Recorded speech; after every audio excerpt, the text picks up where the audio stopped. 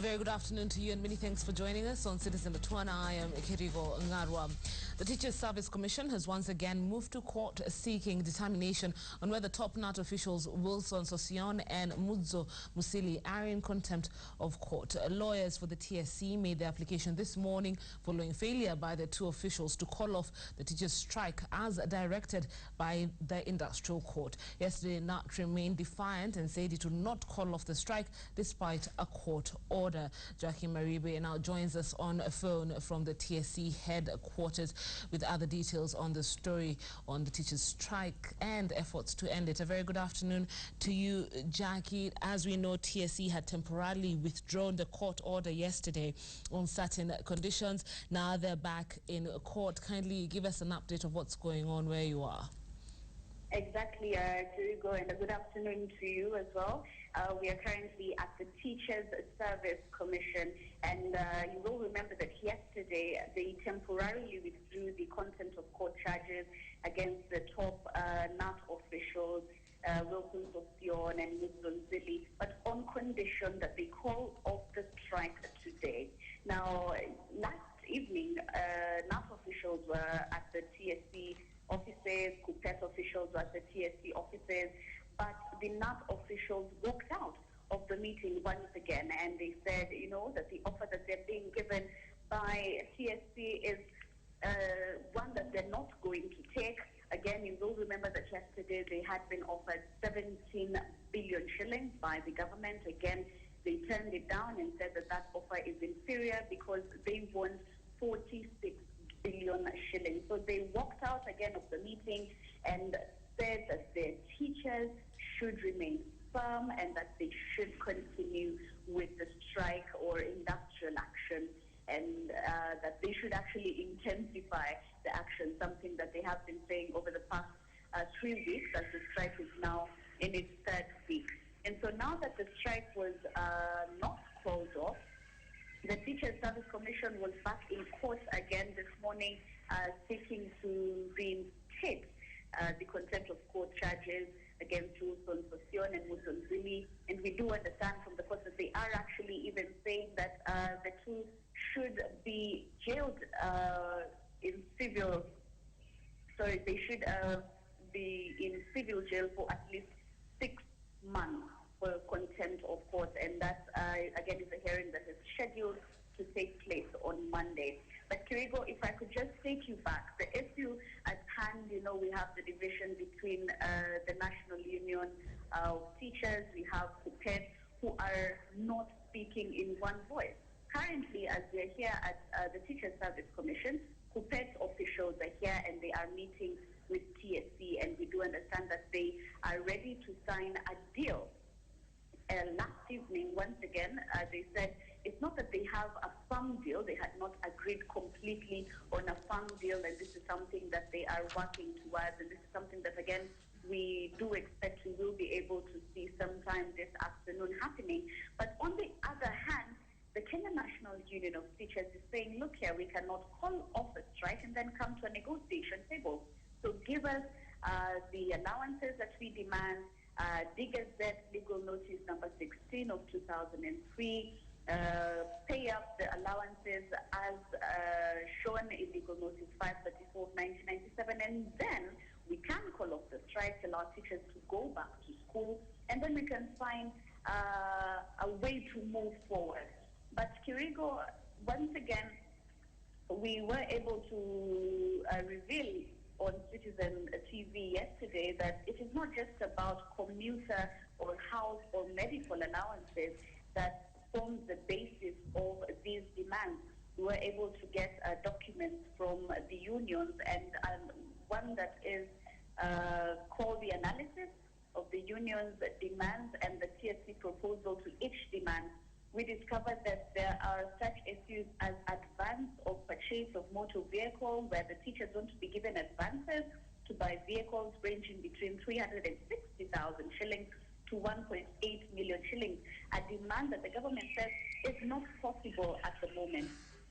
The teachers again want special loans.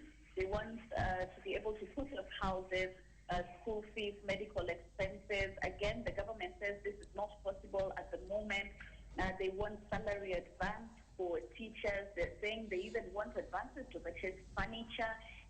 fridges. This is a demand that, again, the government says is not possible at the moment. The teachers, again, want entertainment allowance for their heads of institutions, their deputies and heads of departments to be paid entertainment allowances. The government's response to this, Kirigo, is not to be negotiated for now. They want children's education allowances. They want to be paid allowance at the rate of 10% of their basic salary up to a maximum of 3 children attending school and university.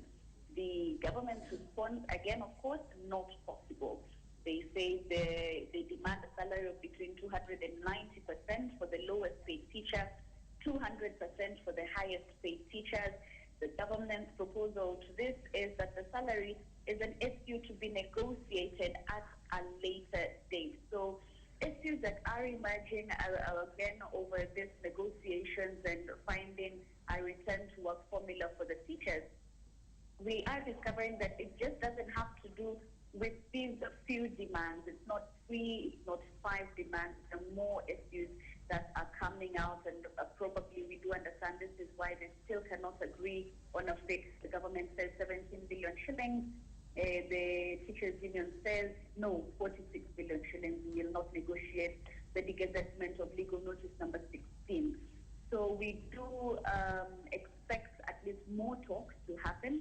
Also, Kenya National Union of Teachers is arguing that the Labour Cabinet Secretary, Kazum Kambiba, yesterday had not even convened a meeting with them.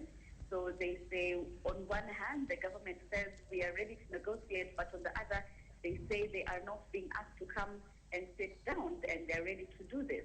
One other thing they're saying, again, is this court order that apparently Kenya National Union of Teachers insists it has not been served. They have not seen this document that says before we negotiate, you must call off the teachers' strike. So again, they are looking at each other, facing each other, staring each other eyeball to eyeball, and we do not know, again, who is going to blink first. So these are issues that we here will be able to keep checking on, and Kirigo, we will be able to tell you as when we know that there has been a breakthrough between the Teachers Service Commission, the teachers' unions, and the government. Once they speak in one voice, we will be able to bring you those details firsthand on Citizen TV. Kirigo. All right, thank you very much, Jackie Maribe, for that. Speaking to Jackie Maribe, who's at the TSC headquarters. A summary of what's going on. The Teachers Service Commission has once again moved to court, seeking determination on whether top NAT officials Wilson Asocion and Mudzo Musili are in contempt of court. TSC, of course, yesterday had temporarily withdrawn the court order on certain conditions, and that was on condition that NAT calls off the strike, but that didn't happen. As Jackie Maribe has said, we are expecting more talks this afternoon, and we will be giving you outcome of those talks as we get them. For now, we move on, and in a bid to boost security along the borders, the Cabinet Secretary for Interior and Coordination, Joseph Olelenku, has flagged off 23 vehicles and security equipment, all valued at about 80 million shillings, donated by the British government to assist the Border Patrol Unit. The equipment include 3 high-frequency secure radios and 55 trauma medical parks. Present at the flagging off event was the British High Commissioner to Kenya, Dr. Christian Tanner, who, on behalf of his government, pledged to work together with the Kenyan government to secure the borders. The Inspector General of Police, David Kimayo, speaking during the event, reacted to the latest corruption report that ranked the police service highly in terms of corruption and promised to deal with the vice. Police to be number 1 or rated as the highest, I think it is due to the physical presence of officers on our roads and receiving some money, which is not even worth to mention. That somebody is receiving 20 shilling or 50 shilling or 100 shilling, and that actually tarnishes the good name of the service. As a government, we are grateful and recognize the commitment the British government and support they are giving to our government. We are very grateful. We can see a lot of commitment from the British to support the Kenyan government. We don't take that for granted, and we see it in a lot of facets. Our police reforms and a number of plans we have for the police are gradually coming to fruition. And for the support we received this morning, they will go towards that cause. More than 50 residents of Imaroro village in Kajiado East marched to Kajiado court demanding that a man who is alleged to have attacked his brother with a spear over family land row should not be released on bond.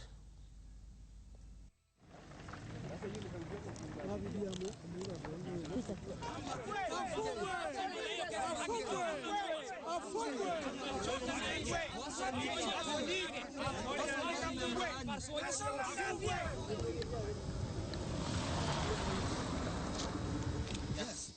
Akiincite our brothers wapigane. Na sisi tunasema kama community, huyu mtu ambaye amechukua hatua kugonga mwingine mkuki ni lazima wali. Kwa hivyo sisi wote wa community wa Maroro tumeamua ya kwamba koti akiwachilia na hiyo tunaomba kotini afungwe maisha. A quarry belonging to a Chinese company has been shut down following a directive from the National Environmental Management Agency and the Ministry of Lands, Environment, Water and Natural Resources. According to an official of the ministry, based in Nandi County, Dr. John Chumo, the quarry was set up without undertaking environmental impact assessment and without community participation. The company operations early this year ran into problem after it was established that it did not follow due process in acquiring the business permit. The quarry is also said to pose danger to the locals as it is situated close to a school and a trading center.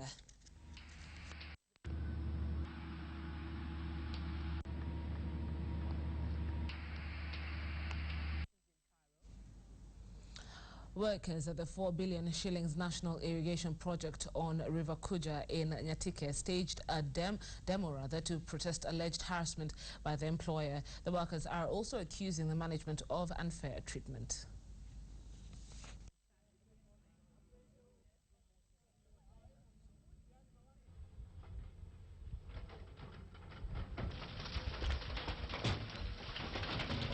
Wafanyikazi wanafanya kazi kwa hali duni sana.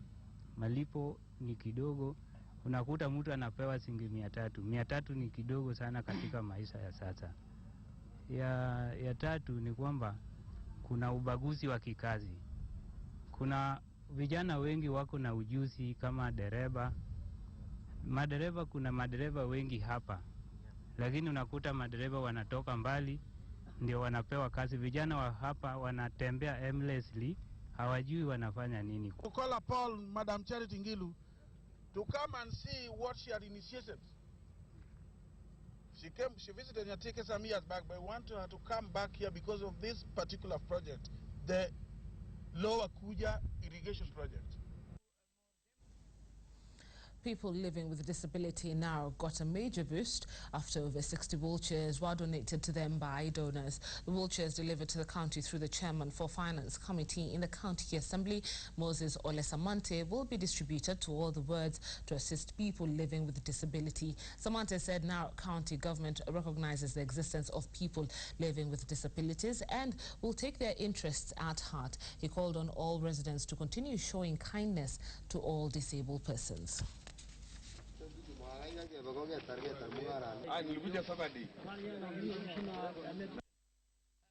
Viongozi ya wakati huu wanajali wale ambaye ni vilema, wale ambaye hawana miguu ama wale ambaye wamesaliwa kwa njia ya kitofauti.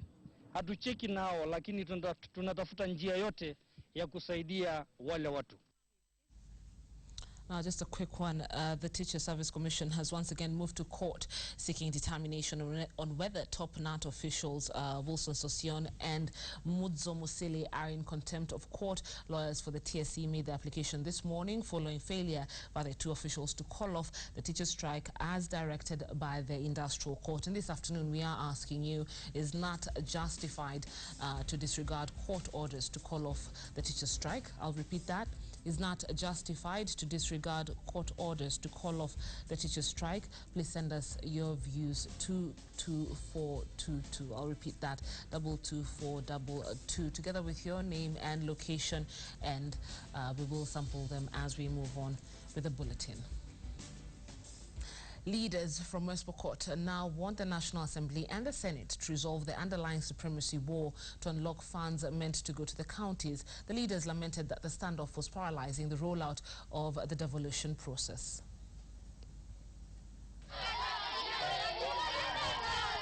Speaking after inspecting several development projects in Kapenguria, West Pokot County Senator John Lonyangapuo said the Senate had an important role to play in the devolution process, as it was charged with the responsibility of ensuring that counties were allocated enough revenue to discharge their responsibilities. Na Senate ndio walichakuliwa na wananchi kwenda kutetea na kupeleka hesabu ya pesa inayotakikana kila kaunti ipelekwe Nairobi.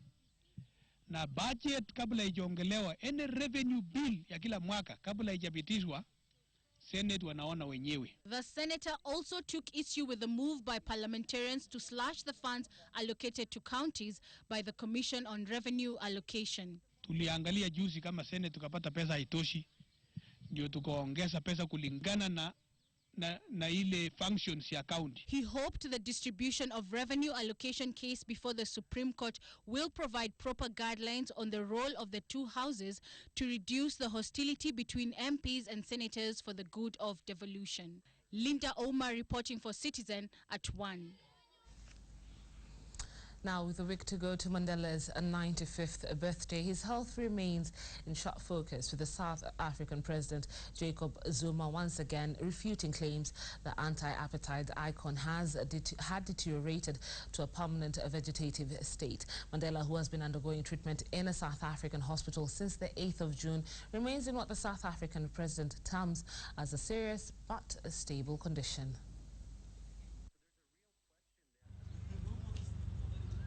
Mandela, who had been undergoing treatment following a lung complication he picked while serving a 27-year jail term during the country's apartheid era, has been out of reach for many in his South African hospital bed. News about his development has been rare despite journalists' attempts to unearth details about his condition. In the presidency's first health update for 5 days, President Jacob Zuma, in a statement posted in his website on Tuesday, 9th of July, the statement reads, and I quote, "Former President Nelson Mandela is still in a critical but stable condition in hospital in Pretoria, where he has been receiving treatment since the 8th of June 2013. This statement flies in the face of earlier reports by a section of the media who had described Mandela's condition as having deteriorated to a permanent vegetative state. Outside the Pretoria hospital, where the former leader is being treated, his grandson Ndaba Mandela called on the world to take time during his birthday to celebrate what Nelson Mandela stands for.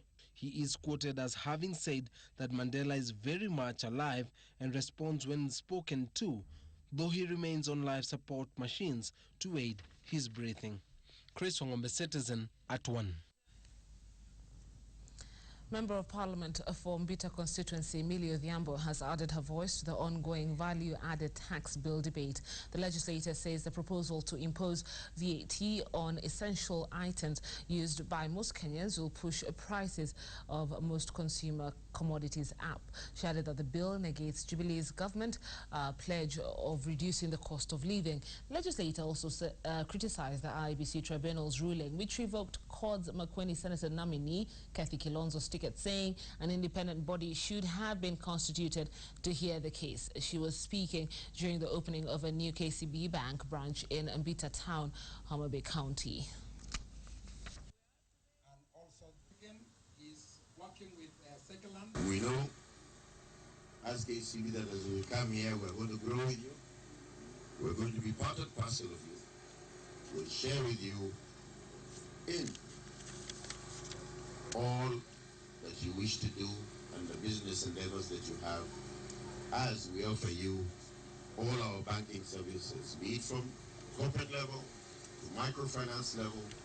You must identify with the fishermen. Fishermen and women are particular special people. You want to identify what kind of product can you give them, because they need to go down to the nitty-gritties of what will take for them and what will make them really bank with you. This afternoon, we are asking you, is not justified to disregard court orders to call off the teachers' strike. I repeat, is not justified to disregard court orders to call off the teachers' strike. Please send us your views. You can SMS 22422. Remember to give us your name as well as your location. Well, time to catch a breather now, but I'll be back with business news as well as sports news. Don't go too far.